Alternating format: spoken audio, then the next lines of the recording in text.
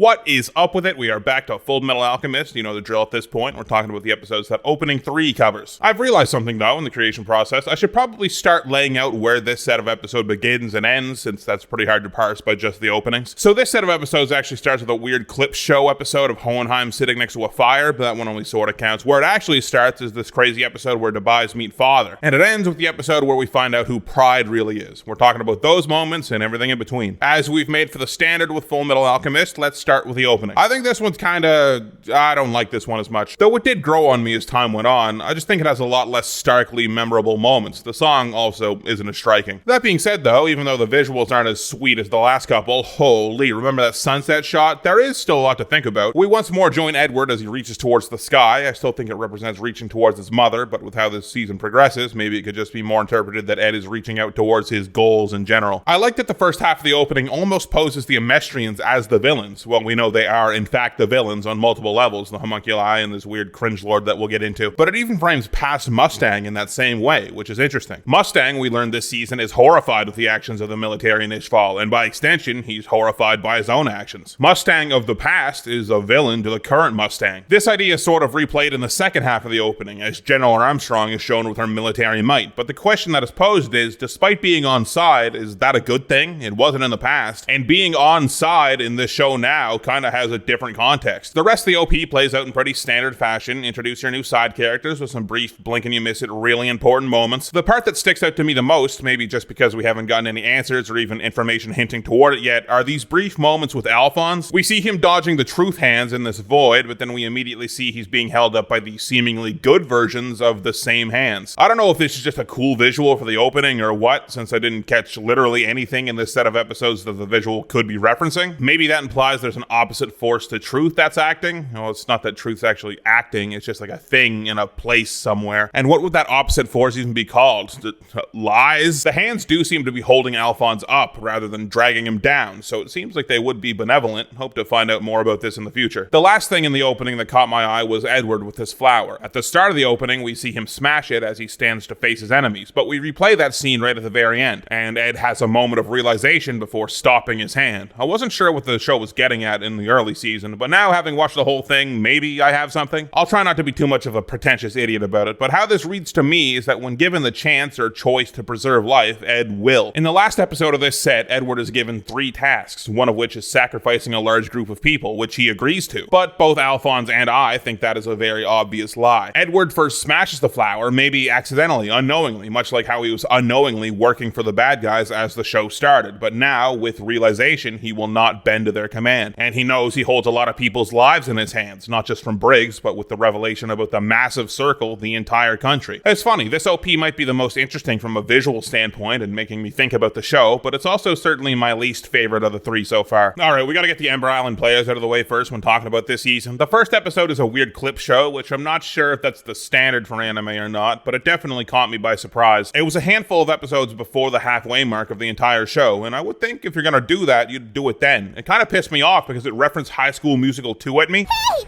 Dance with me! I don't dance. I don't dance. I know you can. Not a chance. No. You know how many times I've seen that movie? I've seen that movie maybe 50 times. Now, thankfully, it wasn't just a clip show, or High School Musical references, or women unintentionally snapping their own necks. There were interesting beats for Hohenheim as well. The thing is I don't know what any of it means, I don't think. I think the show's trying to trick me into thinking that there aren't 2 Hohenheims, because there are visuals of 2 Hohenheims in this episode that are a dream, or all in his head, or whatever. There's normal, mild-mannered Hohenheim, and then there's this more aggressive and pessimistic Hohenheim that's present in his psyche. Which, now hold on now, I just thought of this as I'm voicing this. I didn't write this in the script, so stay with me here. So Ling is still present in his body, even though he gave his body up to the greed entity, whatever the hell that is, right? So right now I'm thinking Hohenheim's dynamic of that may be flipped around the other way. Like the awful pessimistic version of Hohenheim that he sees in his psyche is the actual Hohenheim. And the demon or entity that he gave up his body to is the actual pretty normal dude seeming Hohenheim. Because later in this set of episodes, Hohenheim laments how he wants to live a human life, but feels powerless to, and I'm not sure why yet. They haven't really gone into his whole thing in depth yet, but it's made clear that Hohenheim definitely isn't a normal human. Okay, back to the script, where we're talking about my two Hohenheim theory. Angry Hohenheim doesn't really match up with what we see from Father in the first actual episode. Father is undoubtedly a bad guy, but he's also seemingly very calm and measured. He almost lacks the emotions of the other homunculi, meaning Hohenheim doesn't share this demeanor. And from what we knew about Hohenheim before the season, I could have been fooled into thinking that just base normal Hohenheim did have that attitude. But with the little bits of info we have been getting about him here and there, it is revealed that he does have wants and feels human. It's easy to conclude that Father and Hohenheim are the same dude at this point, and through this season I did relent and think that a couple times. But even with this perhaps multiple personalities reveal opening the door to Hohenheim and Father being the same guy, I can't shake the feeling that there are two separate dudes that just physically look like this. And maybe I'm wrong, and I'll look back at these videos and think, wow, I just spent a ton of time in these videos just talking in circles, speculating about absolutely nothing. But I don't know, I'm having fun thinking about it. The show is doing a really good job of throwing a wrench in that thinking and then taking that wrench out and then replacing it with another weirder shaped wrench. I find myself thinking the show has cheated me. It's making me seem like an obsessive maniac theorizing about there being two dudes that look the exact same, but what the hell am I supposed to do? We're halfway through the show and we have only had brief fleeting moments with each of the characters, and those moments pose more questions than they answer. Hohenheim opening up to himself, or maybe Trisha in these flashbacks, talking about how he wants to live a human life and love and die with his family, of course makes you think that he is this other asshole, who is clearly not a human as well, but he also seems incapable of having these wants, so at the same time it heavily implies that they're not the same guy. Oh, my head hurts. I'm still of the opinion that there are two separate guys that look like this, and I will be disappointed if that's not the case. Probably not disappointed in the show though, more disappointed that I'd be wrong. Okay, so on to actually talking about the show. This season's a weird one, and I realize that the term season is a misnomer. I don't actually know the release schedule for this show, but I doubt there were breaks based on opening alone. So when I say season, I know that I'm actually just talking about a random chunk of episodes in a 60 episode show. I got it, but I'm just saying season, so keep up. So this season is an odd one. We start at basically the climax of the storyline from last season. Debais meet Father, Ed, Ling, and Envy all find their way out of the gluttony void, and we get a bunch of utterly confusing reveals that desperately need answering. For some reason, there's an entity tied to the Philosopher's Stone that sort of lives inside of it. Like when Ling accepts the Philosopher's Stone, he speaks to something, a demon or a god or something. Some entity that is just the embodiment of greed, I guess. And Edward's confused. So then,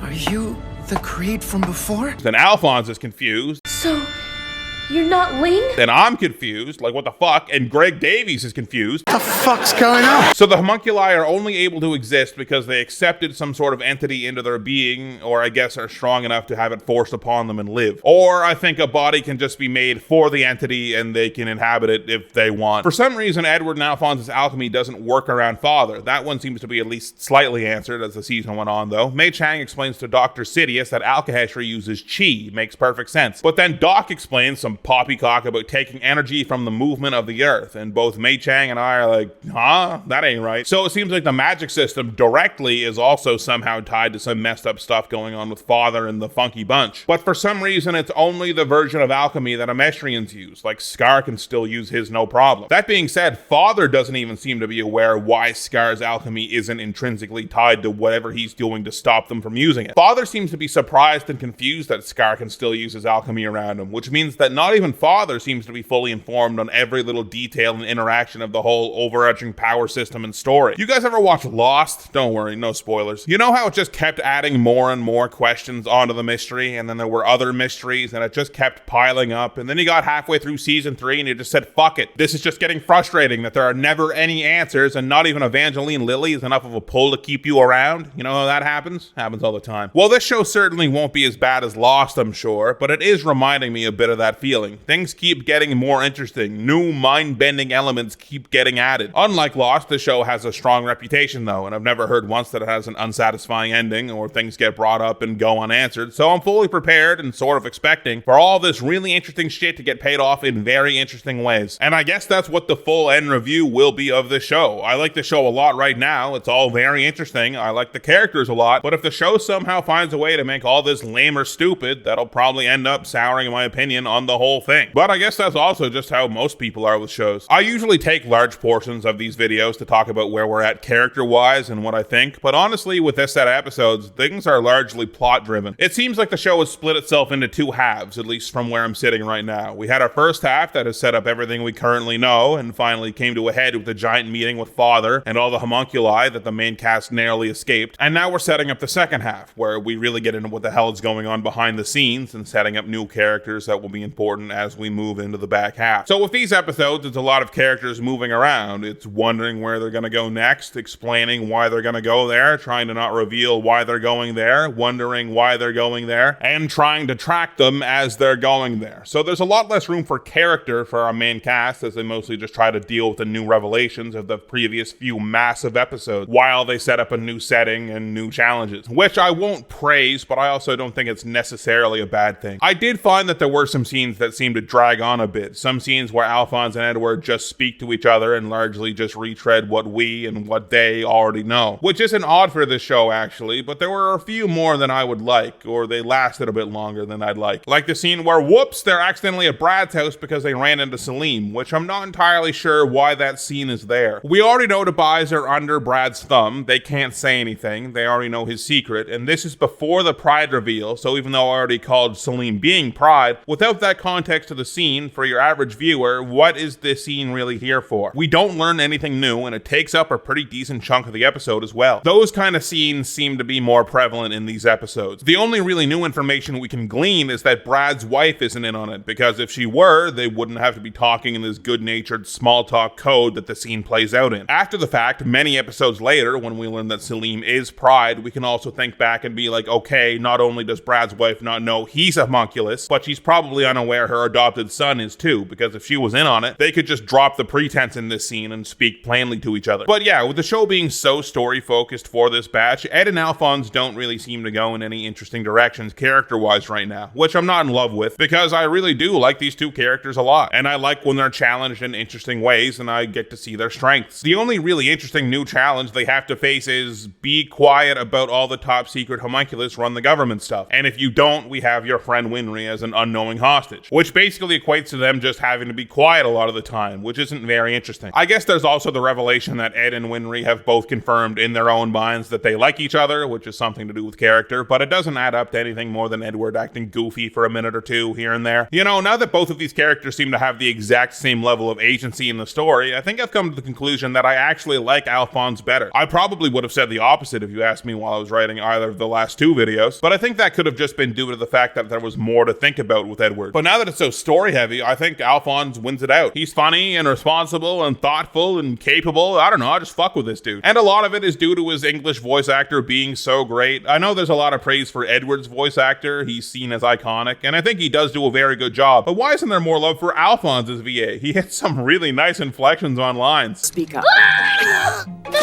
My hair! It looks awful.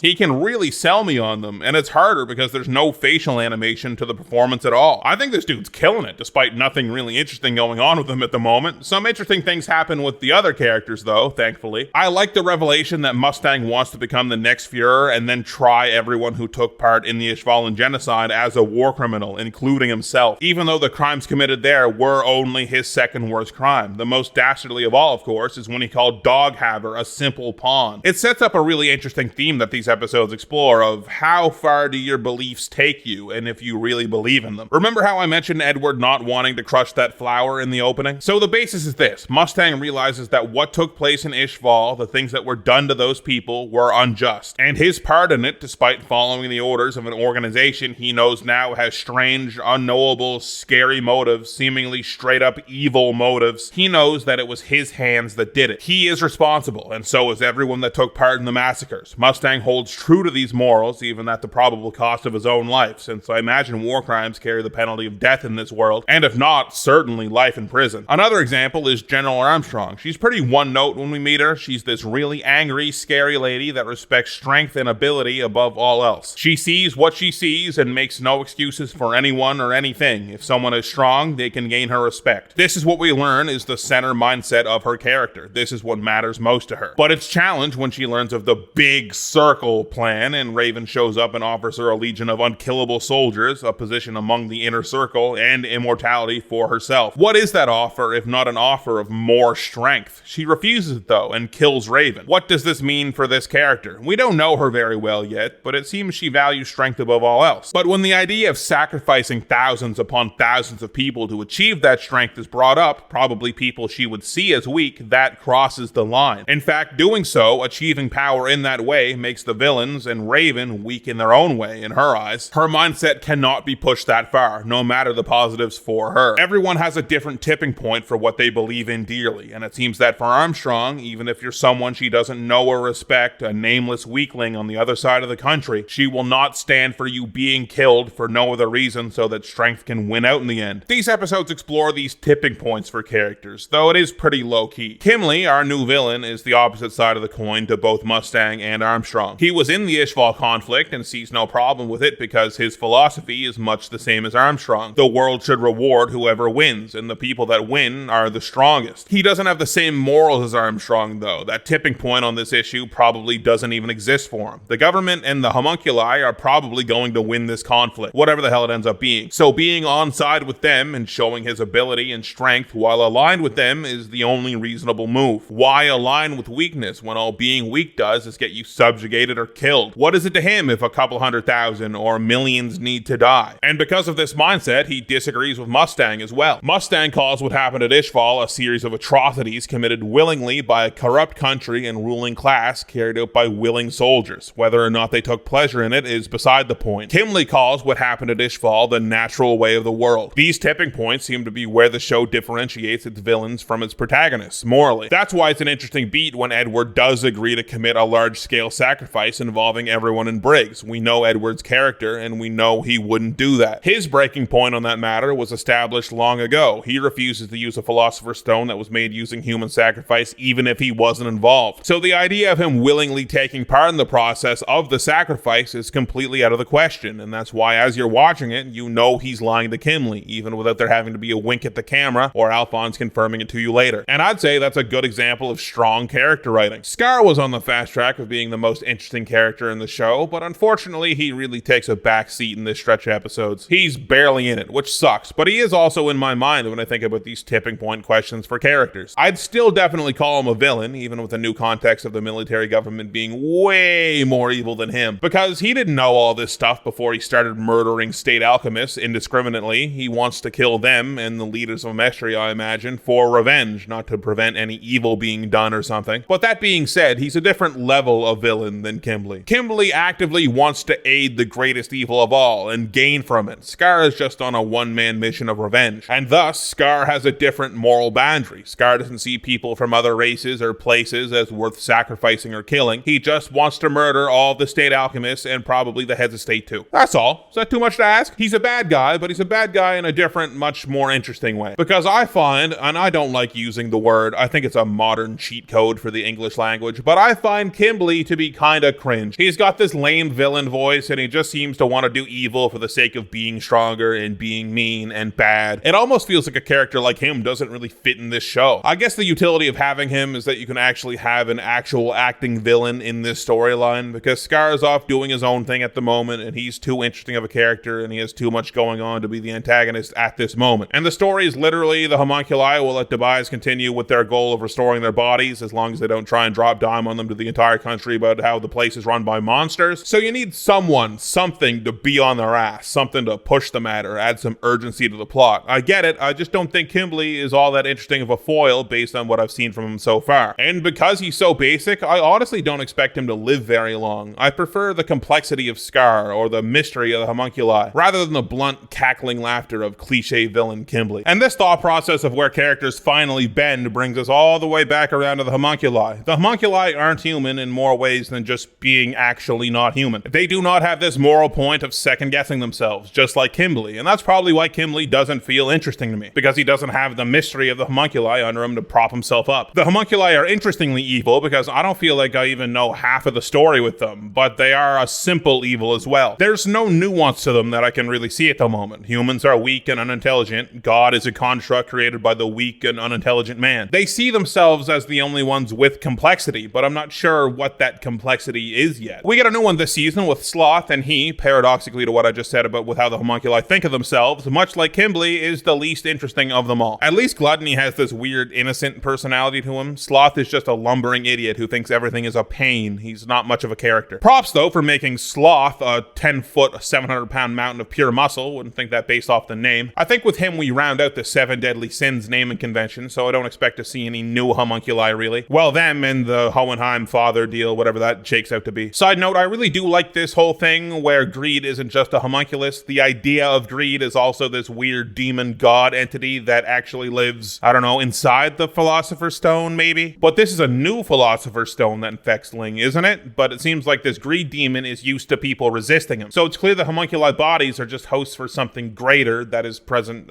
somewhere else. I don't know. Side note, I fucking knew that Ling would be a villain. I didn't exactly expect it to go like this, but I was right? That counts for sure. And with the Sloth digging the tunnel thing out of the way, I think the rest of my watch through will be truly, totally blind. Like, I scarcely remembered anything watching this through again as I do these videos about the show, only elements here and there. But now, after this, I got nothing, no idea at all going forward, which is exciting. I was gonna bring something up. Right, the homunculus and how they tie into this whole idea. So the homunculi seem very goal-oriented and single-minded. They want to complete their goal of whatever the hell it is because they see themselves as above human, much like humans see themselves as above insects. It's as natural as that. And because of this, it seems they are not beholden to your average human moral compass. Their evil feels different from Kimbley's. While they may take pleasure or pride in what they're doing, it almost feels like their nature to do this. Their feelings of superiority drive them to fulfill this plan of sacrificing the entire country to make a philosopher's boulder, I guess. For what reason, I do not know. But it surely has something to do with the truth zone, since gluttony is a failed portal to that place, and also pride seems to use the exact same hands that truth does. So what the hell does that mean? I also thought that when pride first showed up to kill those guys, that maybe it was a new lust in the way that there's a new greed, and maybe this was her super form, because they all get skewered and she the pointy fingers. Anyway, Father can transmute on a whole other level. No equivalent exchange, no nothing, no circle, no hands clapping. He's basically a god from what I can tell. Father seems completely removed from Hohenheim in that he almost seems like he's socially inexperienced, which is an interesting turn for him. Man, there's a lot to this show, and it does a really good job of exploring all sides of ideas it brings up. Like with the different aspects and reactions to the Ishvalan War, we see different retellings and viewpoints from different people. And we see this human, Ling, who willingly gave himself and his free will over to this entity to become inhuman. And then we have Hohenheim, who, despite all of my speculation, could just be a body that was made out of thin air. Perhaps just being meat for one of those entities to inhabit, wanting to live and die a human life. In his dream, he watches humans live a human life, and he feels removed from them, like he can't join in. No stone goes unturned, and it gets turned multiple ways, and I really appreciate that. Oh, by the way, do you know how annoyed I was with myself when they were like, yeah, the entire country is being set up as an alchemy circle? I was like, fuck, man, I should have thought that. I remember thinking about why the country would be a circle, but I never thought past that. And my only thought on it was, that's a stupid shape for a country. I realized as I finish up this script that this video is going to feel a bit different than the other two videos talking about Fullmetal Alchemist because of the kinds of episodes this video is covering. It's a lot of question posing and moving pieces around, and while I do think it's good, it has certainly been a season that didn't capture a lot of my favorite elements of this show. I like the mysteries, and I actually really like that the good guys and the bad guys are both sort of working for the same organization. That's an interesting angle. And I like when our characters get to bounce off of each other and meet new people, but it lacked the energy and emotion I've learned that the show can pull off so well. I didn't even talk about any action in this video because honestly, there isn't much action at all. There's a scene where Scar and Kimbley largely posture each other, and then Scar throws a javelin through Kimbley and he runs away, and then there's this Sloth conflict where it's mostly just shooting tank slugs at him. And across these entire 12 episodes, that's it. Surprising, right? Also, a joint flying kick from both Edward and Alphonse is tantamount to the power of a tank round. Put that in your power scaling notes. I know where we are in the story. I know you need to set new things up after having that big conflict with Father, but I think I'm just in a bit of a frustrated spot in the show where there's so much potentially sick stuff happening, and I don't have the answers, and I want the answers, and the show is taking its time just a touch too much for me. It's like I'm a kid and it's a week before Christmas. I'm just like, fucking come on already, give it to me! Which, though I'm whining about it in this closing paragraph, it definitely has to be a ringing endorsement for the show. I want the show to reveal these things to me, the inner workings of the story that I'm really trying to piece together, but I just can't yet, which means I'm involved and invested, and that means the show has to be doing a lot right. Patron shoutouts. If you want to see a brand new video from me, you can support me on Patreon for just a few bucks. Link, as always, is in the description below the video. Biggest shoutouts of all go to my top patrons, Blanco, who got suplexed through a folding bowling table, and though the table did collapse, they just floated there above it, ominously, after hitting it. Kevin Bartlin, who can decide the width of anything. Really comes in handy when you're buying furniture. Liquor Cause I Know Her, who was the reason the dance The Twist went out of style. Everyone was too freaked out after they pulled out the 900-degree version. Potato Scream, who can draw a crowd of themselves just by thinking about it. Saint Expedite, who rallied the Sparrow Men to finally overcome their mortal enemies, the Hawk People. Well, they rallied them, but it didn't go well. Sam Udatong, who was immune to the one-day blinding stew. The Former Meaning of Life, who stuck their head in Atom Smasher, so now their real-life controls are backwards. The 1 AM Party, who has the same acceleration as a bouncy ball hitting something for the first time. Hard on the internal organs, though. And Whitrow, who, if they are thrown straight down through a floor, they can decide what ceiling they come flying through, anywhere in the world they want. And my other fuck you money patrons, A Flock of Plain Cakes, A2AX Phoenix, Anthony Collins, Insomnite, Midnight Balsams, Tater of Tots, and That One Turian. And my god overanalyzers, Two Boots Are Beat, Ang, Andrew Watford, Onzi Ruiz, Blade Dancer, Bunivers, Carlo Wren, Chase Wing, Cosmic Newbie, Danny Stevens, Dr. Xerox, Dominic Saint, Emma Not Emma, Aaron Grace, Fire Lizard 44, Jackson, Jeremy Rubenstein, John Warhammer, Mac, Matthew Lang, Michael Fellon, Mitchell Gobrecht, Nick, Nicholas Abbott, Peter Bandera, Peter Bayron, Philip Jindra, Pogger White, Rocket Mist, Ryan Maxwell, Scoobert, Shane Antonacci, Silk Toe, Smarty Marty, Princess Useless Backwards, Super Snipper, That Blind Ginger, Totoro Bobro's Musical Emporium, and some sort of bear face, I don't know. Next up, fine, I'll do the popular one.